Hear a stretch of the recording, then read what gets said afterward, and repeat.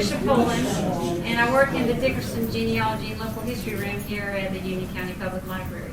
If you need anything about that, I think I got this one maybe as high as it will go. Let's just turn it up. Hello. Hello. Okay. If you're interested in that, there are some brochures on the small display case that's right outside this room. That little small display case has a little bit about the Starlight in it as well. So there is some brochures about the genealogy room. Restrooms, you go out your left, through the glass doors and to your right, so that you know that. All right, well, this is what happens when you just make an offhand remark to Bruce Kepley.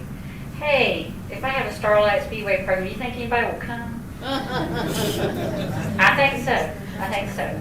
But I needed his help to find some of the drivers. And they very graciously agreed to give up their time and to do a little panel interview, some simple questions that I'm going to ask them.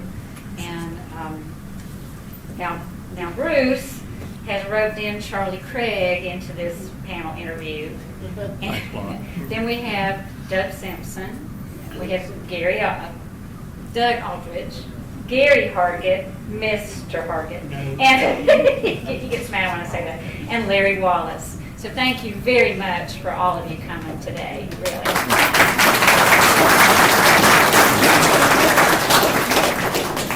When I first started in this job in genealogy and local history, I didn't know anything about the Starlight Speedway.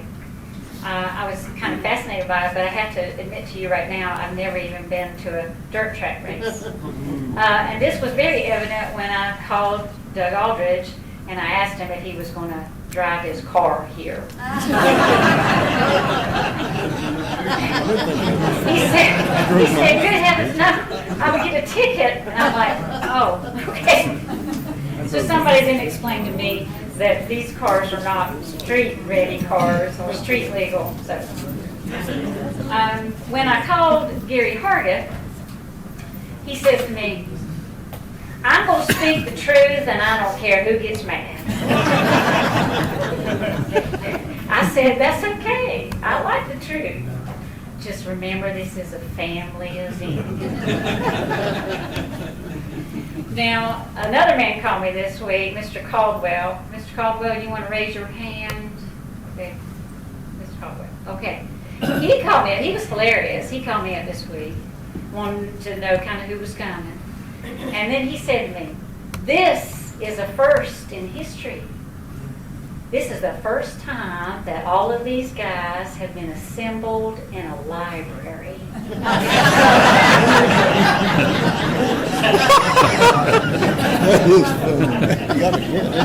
I said, is that bad?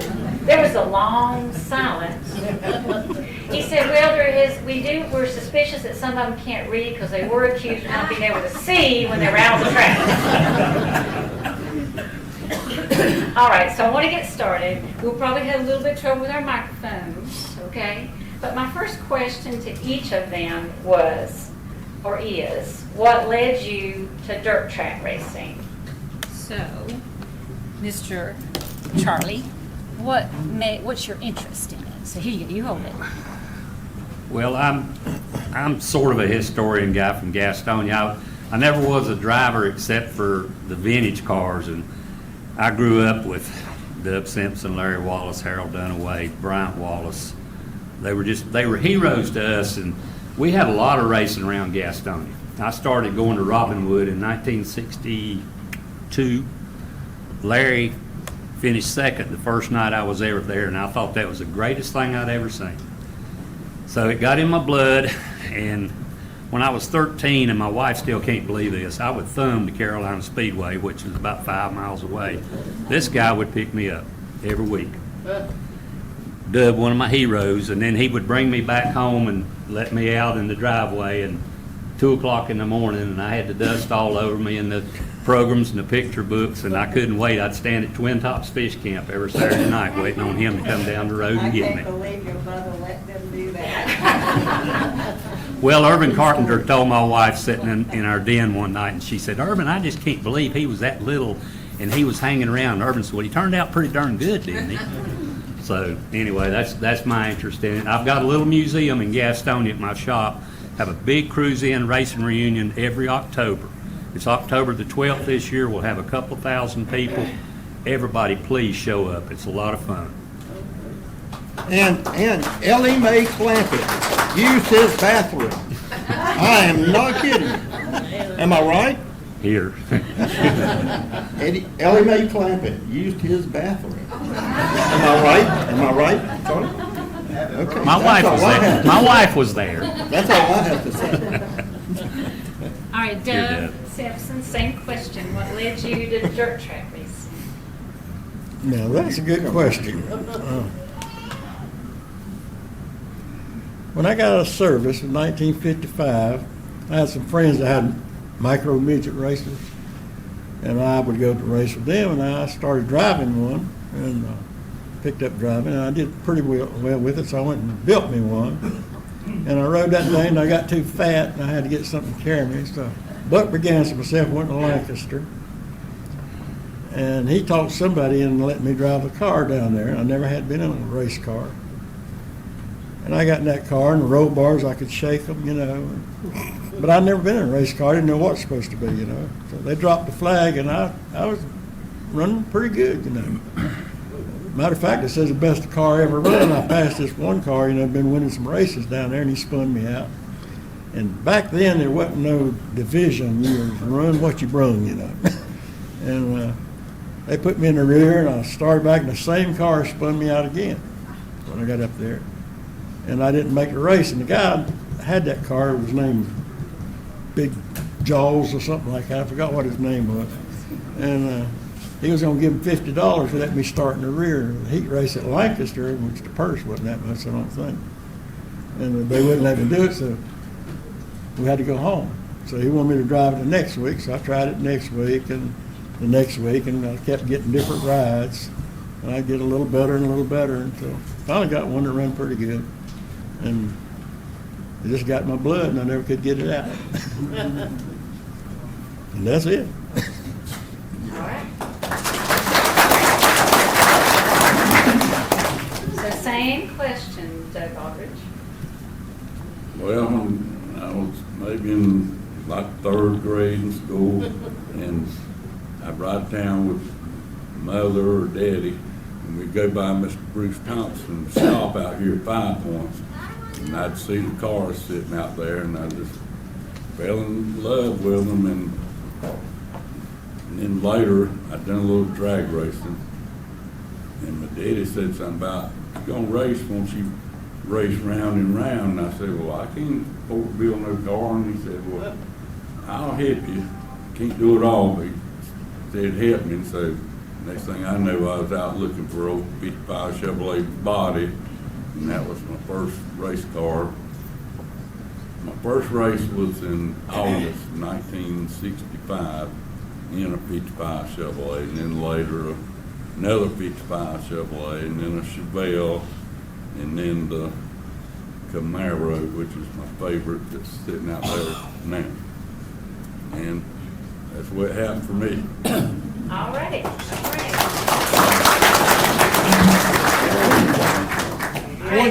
One question, if I could. Did you ever win 9 races in a row? Yes, in 1967, At where? Starlight. Okay. It was national. And then the next weekend, what happened? You had to sit that one out? No, I borrowed or Bill Crump told me I could borrow his car and he'd get it ready, and he brought it up there, and I won again. And what did you do the next week? You won again. You won Yeah. 2 more races Yeah. in a row. Yeah, you're right. I know. You know me better than I do. All right, so now Gary Hargett, you promised to tell the truth. Absolute truth. Oh, This is the easiest question you gonna ask me. My mother and daddy, they were bigger race fans than I was. I was probably 9, 10, 11 years old. We went to the old Charlotte Fairgrounds every Friday night. And the names draw me more than anything else. All I got to say is Fireball Roberts and Cotton Owens. most of it all modifieds the first time or two we went. And then as it went on, I don't know how many years after that, anyway, they were into the Grand National type cars, 55s and whatever. And Curtis Turner and Joe Weatherly were my new heroes. And Lee Petty and Cotton, all the other ones, and Jimmy Thompson was running at Speedy. And I said, man, I believe I ought to know them people, they from home. But that's when it first got started. I said, this is gonna be me right here. And then Starlight come up next. So did you start racing before you started building cars, or did you always just build cars? Yeah, I think maybe the first race at Starlight. And I said, this is me right here. So I went out to Mr. John Maynham's junkyard, bought me a 54. And it started from there. I thought, this is easy right here. I can drive these things. And for some reason or another, the first night I went, I drove the pole in the heat, and I won it, which put me on the front row in the main, and I won it, first race I run. I said, man, they ain't nothing to this. How come everybody can do this? I go to Lancaster on Saturday night, and I won the race down there. I said, man, this is easy money right here. But then I come back to Starlight next week, and I think I turned upside down. And I did it about every week for a while. I remember Mr. Parks told me, on the racetrack, he just give me $100 a week not to show up. I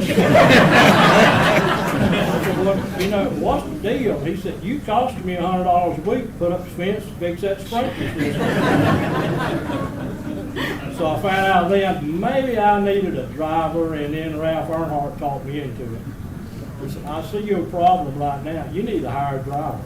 And I did that same week. I hired Tom Craig. And it got good from there on. What was the best year you ever had in That's racing? the easy one there, 1975. Exactly. Who was your driver? There again. That's right. How many features did you win? Okay, you won 36. 38, I think. 36 and 38 out of 48 features. And that was throughout the entire Northeast, and that included Canada, and that included all the northern states and some of the southern states. That's a hard record to beat.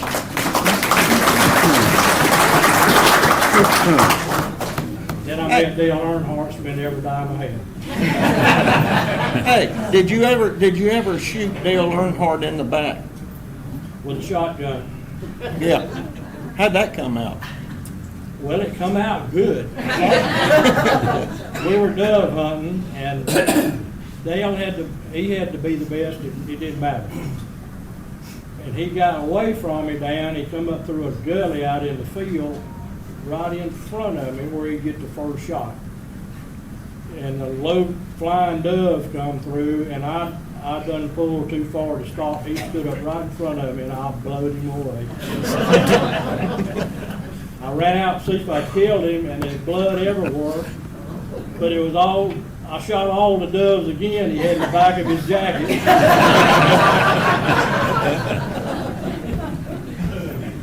But that broke him from trying to jump in front of him. All right, so Larry Wallace, what led you to dirt track racing? Well, I grew up in Midland, North Carolina. And I lived across the street from Bill Whitehouse, which was the modified champion. And his daddy would take me to races at Starlight Speedway in Starlight, North Carolina. I didn't have any money, so I was getting the trunk of Buddy Shulman's race car to get in the race. So from then on, I was hooked on racing. That's pretty good in the trunk. And Larry is the only guy I've ever known to have kept a record of his racing career starting from the very beginning. And that includes the car, that includes the amount of money won, what happened to the car, the date, everything. He's got everything in writing. How many did he win? He won, how many did I say you won? Which year? 67? He won 13 in 67. I mean, you can just go through the years and get them all. It's 296 or 8? 298. 298? All right, we'll start back over. Now, Mr. Craig, did you ever come to the Starlight? Oh, yeah, Share an early memory of coming to the Starlight. what we do back then, well, we're talking 60, the track opened in 62, correct? Back then, you could find a race 4 or 5 nights a week. And when I was a kid, you had Major League Baseball on TV, and we were Boy Scouts, but there wasn't a whole lot to do. I was never into playing ball, and first time I ever went to Robinwood, and like I said, Larry finished second that night, and Bryant won it. I was hooked from then on, so what we would do, we didn't have a regular track we'd go to. We came down here right after it first opened, and this was one of our favorite tracks because it was different. In Gastonia and Robinwood, 62, 63, you didn't see the flathead coops. We'd come down here, we'd watch Bunk Moore run, Bob Seymour, Tommy Jordan. That was some racing. That was great. And we go to Lancaster on Saturday night. Then the next week we might take off up to Shelby because it's 6-cylinder Chevrolets, and just to see Preston Humphreys and Daniel Warlick and those guys. But Monroe was it was a classy place. I came out here right before the track was torn down. I was so tempted to steal that sign off of the ticket booth out there. I do have some pictures of it I took, but I took a bunch of pictures of the track, and it was just something different to come to every week, and it was a good quality, clean show, a great racetrack. Very good. All right, so.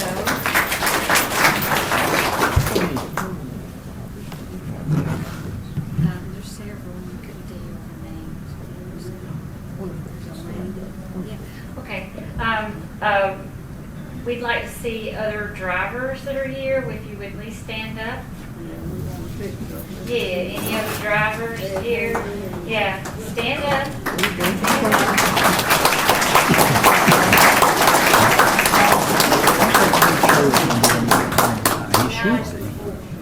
We might do that. Before we end, it might be nice if y'all come up here and we can get one picture of all of you. That'd be nice. Mr. Sampson. Sorry, Deb. So share an early memory of the Starlight for you.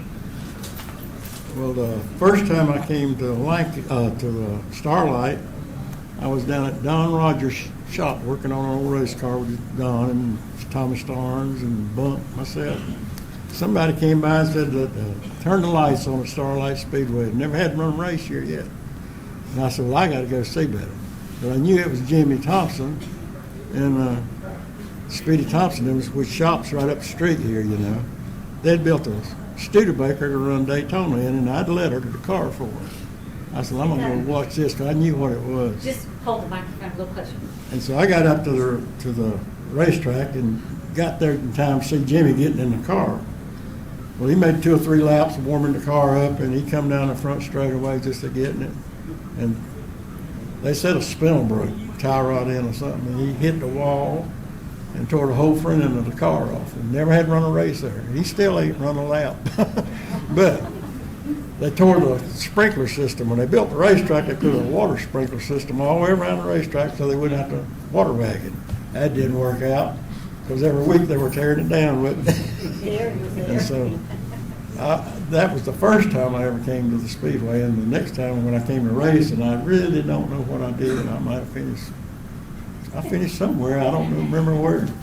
But that was about it. Okay, all right. So same question, Doug. What's an early memory for you of the Starlight?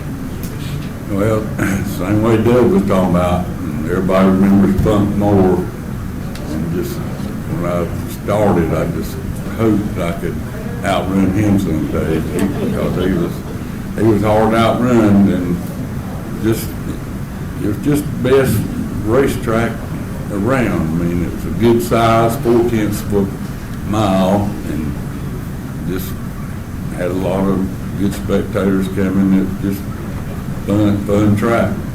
Enjoyed it. I heard people talk about Buck Moore's power slide, so, His whole family's here. okay, very good, very good. Doug, now, the car that you raced in, okay, the car that you raced in that really got famous, you know, the one that you have still to this day, tell them what it is. And it's not a Camaro. What'd you do that for, Bruce? It was a Firebird, but it ain't really no difference. It's bombed up a couple That's of right. little places right in front of the rear quarter panel. But it was a Firebird. And that car was a mess about, what, 4 or 5 years ago? Probably 7 or 8. And he had to go back and find it and then bring what was left of it back and put it back together. Well, I think James Cato found it for me, and I called the guy a couple of times, and he wouldn't sell it, and then he said, if I get ready to sell it, I'll call you. And one day he called me, and I figured he was going to try to really jack the price up, because I'm the only person in the world who wanted it, but he was fair to me. All right. Okay, Mr. Hart, I'm sorry, Gary, share an early memory of the Starlight. Well, things get a little bit foggy after a while. Like everybody else, I thought Buck Moore was probably the best thing ever to come along. But then, we ran there, it was all flatheads, to start with, and me, like everybody else, we thought, we were probably the best in the world. So this crowd from Artsville moved in on us. Tommy Jordan and Homer Galloway, Rock Raines, and then we learned what racing really was when them boys come to town, but they was way ahead of us.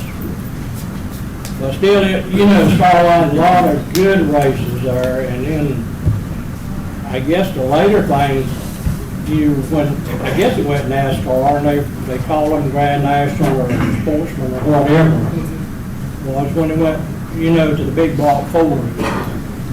And Little Bud Moore and Darrell Derringer and Dick Hutcherson, Tiny Lund, you're right. And there was a few, the locals, now Larry, him and Dunham, they run team cars, and they were tough too. But they weren't nothing like a big block Ford going down the back stretch. So tell me what a flathead is. It had a flat head.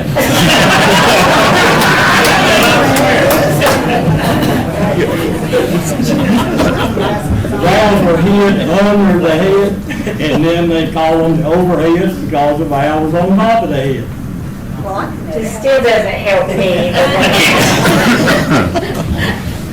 And they all cracked. All you did, you poured 2 cans of block seal in it every week before you raced, because it was going to crack again. So 1966 is when Starlight became part of NASCAR with the Grand National races, and the man you mentioned, Darrell Derringer, he won that first one.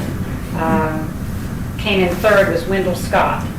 So, and then there was the late model sportsman. Then the guys from down around Rockingham, Wayne Andrews and Edsel Kiker and those guys would come up here and get in on it. And they were some of the best in that part of the country, and that's how John Sears got up here. Okay. And I think that's kind of how James wound up, because John had raced up around here. You can tell, Well, let's let Mr. Wallace, Larry Wallace, answer what an early memory of Starlight is for him. The first race I ever run at Starlight Speedway, I spun Dub Simpson out. And And then after the race, his car owner, he wanted to whoop me. But anyway, we got to be real good friends after that. And, I really enjoyed racing Buck Moore all those years. He was the best. If you could outrun him, you run the best in racing. You outrun the best. And I was thankful I was able to win the point championship in '66, which was the only year that was NASCAR. We had some good times at Starlight. Well, as Neil DeJean said to me, everybody came and everybody had a good time. So, all right, so the last question that I have for these guys was, what was the most memorable race you were in or observed and why? So, and it doesn't have to be the Starlight, but it's cool if it is. So, you want to start, Mr.? No, I don't. I'd hate to have to pick one. All of them at Starlight were good. All of them at Robinwood were great. The Gastonia Fairgrounds when Humpy was running it. It was just some good experiences. And most people don't know the little track that was at Gastonia where Gaston Christian School is now, is a little quarter-mile track. They ran a cup race there in 1959, and Buck Baker won. And so there's just a lot of good memories. I'd hate to have to pick one. Some of them stand out in your mind, and some of them stand out in your mind for the bad. But that was part of it. But it was a lot of good, just a lot of good, clean, fun experiences, and it's been a big part of my life, and still is. Just everything I got from it. These guys are still putting up with me today, and they've been putting up with me, hanging around them for better than 60 years. I thank them every time I see them, and we go to lunch, and we do so much racing you have to put goggles on at lunch. Here. Okay, Joe, do you have a memorable one or one that you saw? Well, I guess what sticks in my mind is the night James Sears left us. And that night, James Sears won the first heat race, and I won the second heat race. And he started on the inside of the track, and I started on the outside, and I was playing with him. I was just running the side of his car. But he didn't know what I was doing. I was trying to get him over there where he hit that mud hole of going to number one, you know. And so I had him down there, and we took off, and I evidently got in that mud, I don't know, but I got out in front. And some reason he went in the pit, some wire had come off something. They waited for him to start the race, which I wish I'd never done that. But they did, and he started back. Him and Jimmy Troll got in on the last lap. They got in a wreck. And I'd led the whole race, and this guy was sitting beside me, was pushing me pretty hard. And I got the white flag. I said, well, I think I can beat him back to, I looked up, and I looked back down, he's waving the white flag, which he should have been, of course, he was looking at us, I guess. He should have been waving the red flag because the track was blocked. So I'd drive into the wall, up there at the corner, and Doug hit me in the back. And when he hit me in the back, everything lit up. I mean, the biggest fire I ever seen. And I had a bunch of friends with me, and Dad, and people I worked with, and all over there. And they never saw me come out of the car because I couldn't get out of the left door. I had to dive out the right-hand window, and I went over the fence, and nobody saw me. So when I come back crawling over the fence, Doug was hard for me to hit me, push his car away from my car, and I did. And that's before I found out who was in, I didn't even know him. I found out James was in that mess, And James at that time was one of my best friends. I brought James down here to race when he first come. I was running NASCAR.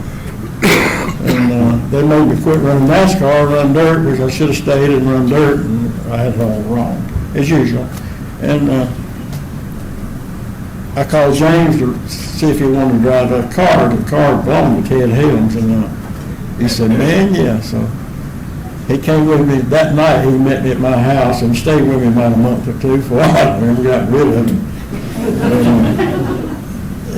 That's about what I remember about Starlight.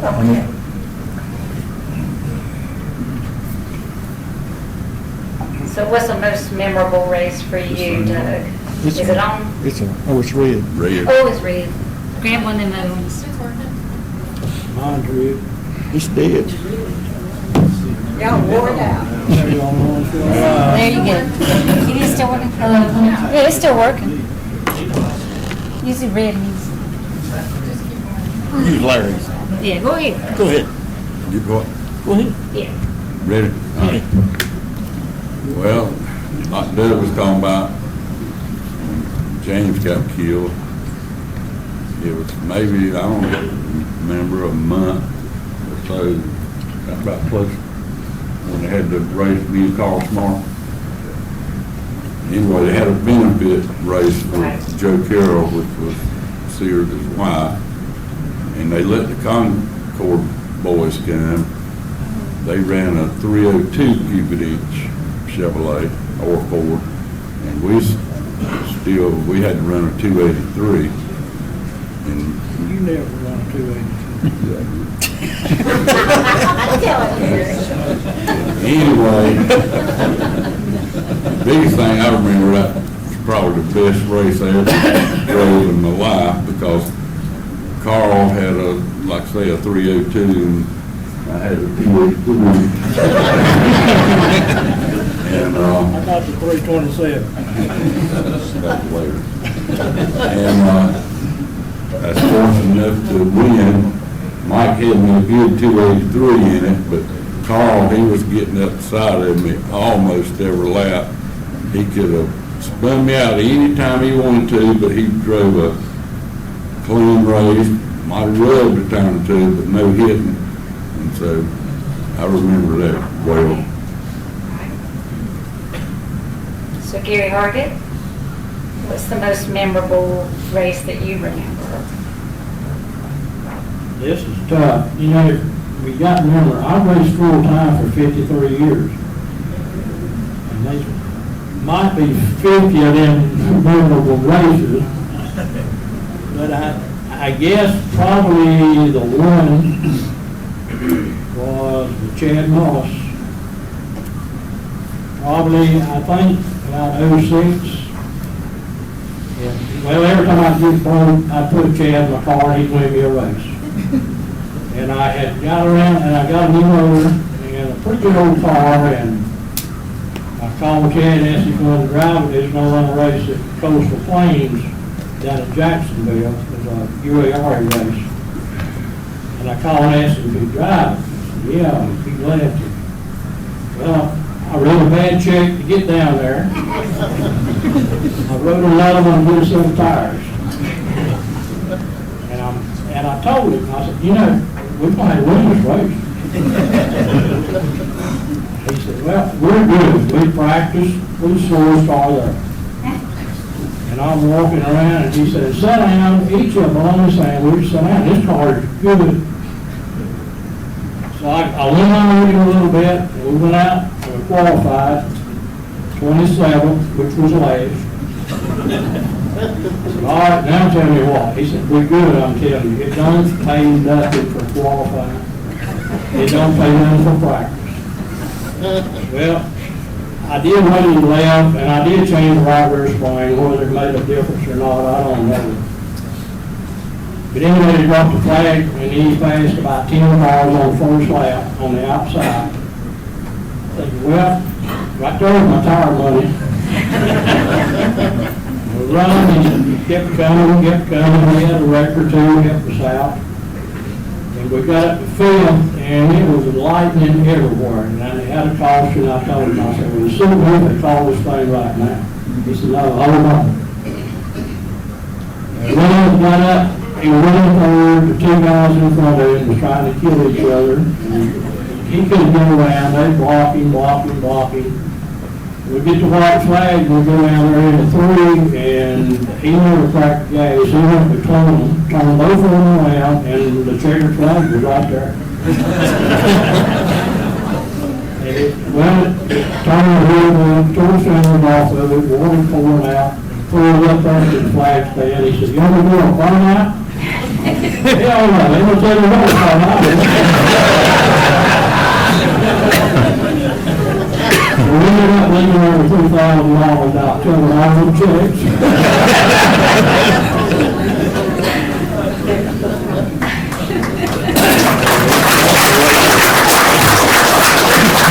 I have to add one thing that probably ain't one of these people thought. These three people right here, I run my race car at one time.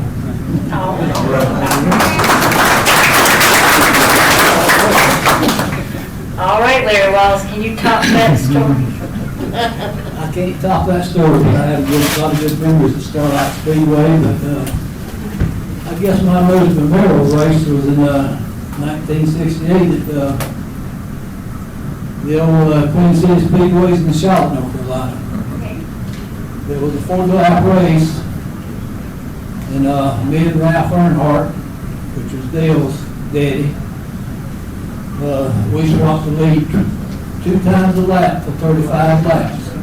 And never touched each other. Reason it was a egg-shaped track. His car handled building 1 and 2, he would pass me. My car handled building 3 and 4, and I'd pass him. But then on the 35th lap, his water pump gave out, he fell out, so I ended up winning the race. But anyway, after the race, they come over and congratulated me, what a good race. You know, both of us put on. Got to be real good friends with Ralph Earnhardt after that. That's good. Okay.